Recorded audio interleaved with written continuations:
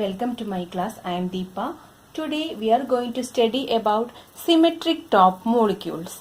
Symmetric top molecules always spinning about an axis resembles spinning top, hence the name symmetric top molecules.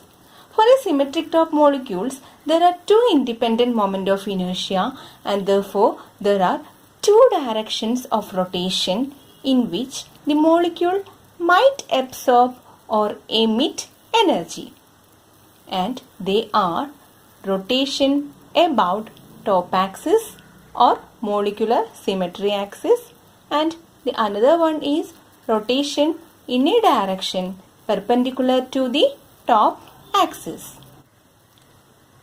If the unique rotational axis has a greater moment of inertia than the degenerate axis, the molecule is called an oblate symmetric top molecule, and if the unique rotational axis has a lower inertia than the degenerate axis, then molecule is called as prolate symmetric top molecule. And there are some examples, that is CH3Cl is an example for prolate symmetric top molecule and BF3 is an example for oblate symmetric top molecule.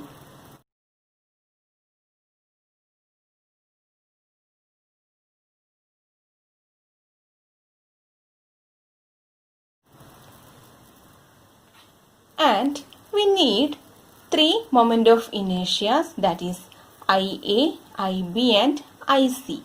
IA, IB and IC represents the moment of inertia, and we need two quantum numbers to describe the degree of rotation, one for IA and other for IB or IC.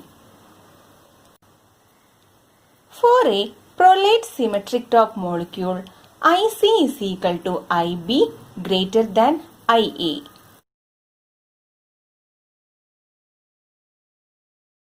For an oblate symmetric top molecule, IC is greater than IB equal to IA.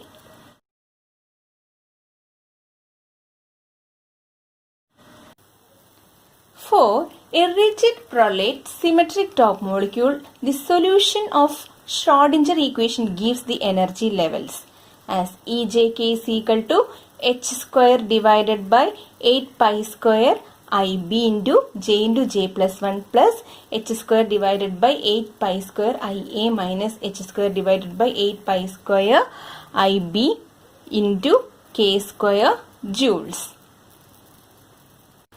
And here the energy eigenvalues, that is EJ is equal to EJK divided by HC, which is equal to B into J plus 1 plus A minus B into K square centimeter raised to minus 1. And for oblate symmetric top molecule, EJ is equal to BJ into J plus 1 plus C minus BK square centimeter raised to minus 1. The rotational constants A, B and C in centimeter raised to minus 1 are A is equal to h divided by 8 pi square IAC and B is equal to h by 8 pi square IBC and C is equal to h divided by 8 pi square ICC. Here J is equal to 0, 1, 2, 3 etc. and K has values 0, plus or minus 1, plus or minus 2, plus or minus 3 up to plus or minus J. The quantum number J represents the total angular momentum of the molecules and K represents the projection of the total angular momentum upon the molecular symmetry axis. And the positive and negative sign of K values represents the clockwise and anti-clockwise rotation about the top axis. And here we must have to remember that all the levels with K is greater than 0 are doubly degenerate because of the occurrence of the K square terms. For prolate molecule, since IB is greater than IA, B is less than A and A minus B, K square is always positive. And for oblate molecule, since IB is less than IC, B is always greater than C and C minus B into K square is always negative. That is, in prolate molecule, the energy increases as K increases, whereas in oblate molecule, the energy decreases as K increases. Here we can see the schematic representation of energy levels and transition for the rigid prolate and rigid oblate symmetric rotator. Here these lines represents the energy levels and the arrows represents the transition. There are some selection rules for the transition and they are delta J equal to plus or minus 1 and delta K is equal to 0, and the frequency of transition is nu Jk is equal to Ej plus 1 minus Ej, and its value is 2b into J plus 1 centimeter raised to minus 1. From the expression for the frequency of transition, it is observed that the spectrum is independent of K. That is, nu Jk is equal to 2b into J plus 1. There is no K value. That is, the spectrum is independent of K, which indicating that rotational changes about the symmetry axis do not give rise to rotational spectrum. In the case of non-rigid symmetric top molecule, we have to consider the centrifugal stretching.